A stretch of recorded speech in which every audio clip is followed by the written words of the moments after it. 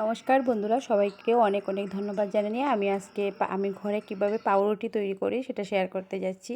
তো ওই দিনকে আমি পাউরুটির একটা পোস্ট দিয়েছিলাম, ছবি পোস্ট করেছিলাম। তো সবাই বলছিল কী করে করি। তো দেখেন, আমি প্রথমে এক চামচ ইস্টকে আগের থেকে একটু অ্যাক্টিভ হওয়ার জন্য গরম জলে একটু গুলে একটু ঢেকে রেখে দিচ্ছি। পাউরুটি বানানোর ঠিক 10-15 মিনিট আগে এটা ফার্স্ট করতে হবে। তো ইস্টটাকে অ্যাক্টিভ হতে দিতে হবে। তো দিয়েছি। পাউরুটি বাজারেও পাওয়া যায়, অনেক ভালো পাওয়া যায়। তারপরেও ঘরে বানিয়ে নিলে নিজের একটা শখ বা ভালোই লাগে। তো আমি এই জন্যই বানাই। তো এই জন্য আমি ছোটো কাপ দিয়ে এখানে 3 কাপ ময়দা নিচ্ছি, অল্প পরিমাণে। আপনাদেরকে দেখানোর জন্য আমি অল্প পরিমাণে বানাচ্ছি। তো 3 কাপ ময়দা নিয়েছি। তো এখানে আমি স্বাদ মতো চিনি দিয়ে দেবো, অল্প নুন দিয়ে দেবো।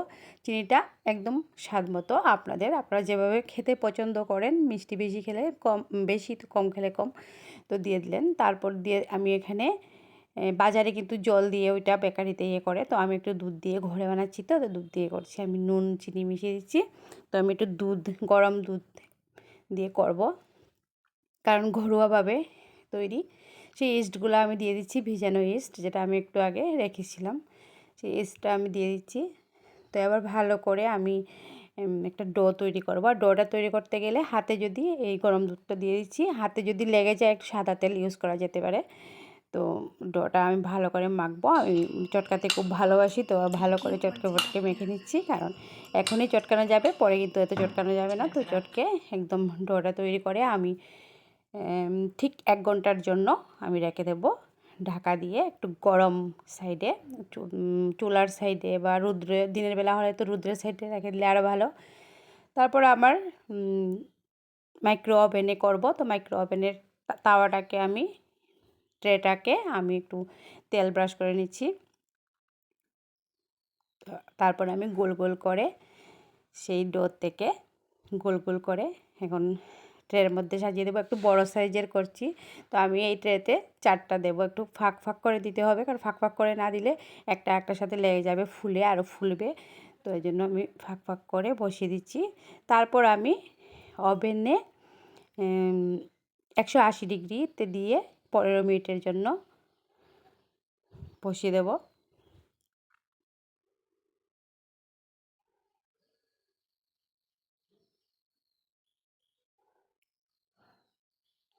গোল গোল করে নিচ্ছি গোলাগুলাকে।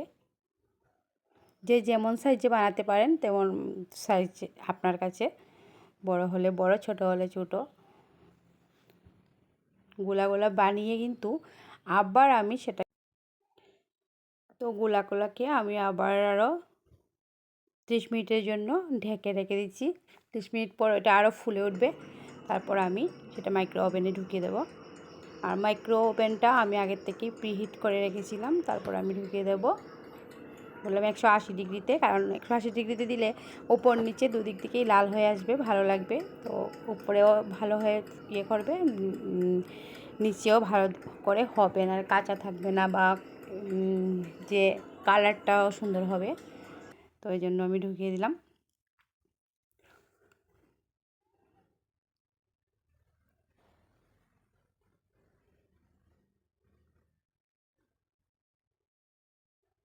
একদম হিট আছে মাইক্রো ওভেনটা। তো এটা আমি চুলাতেও করা যায়, যদিও আমি করিনি বন্ধুরা, তো মিথ্যা কথা বলবো না, আমি এটা ট্রাই করে দেখবো পরে। আমি এটা চুলাতে বানাইনি কোনো দিন।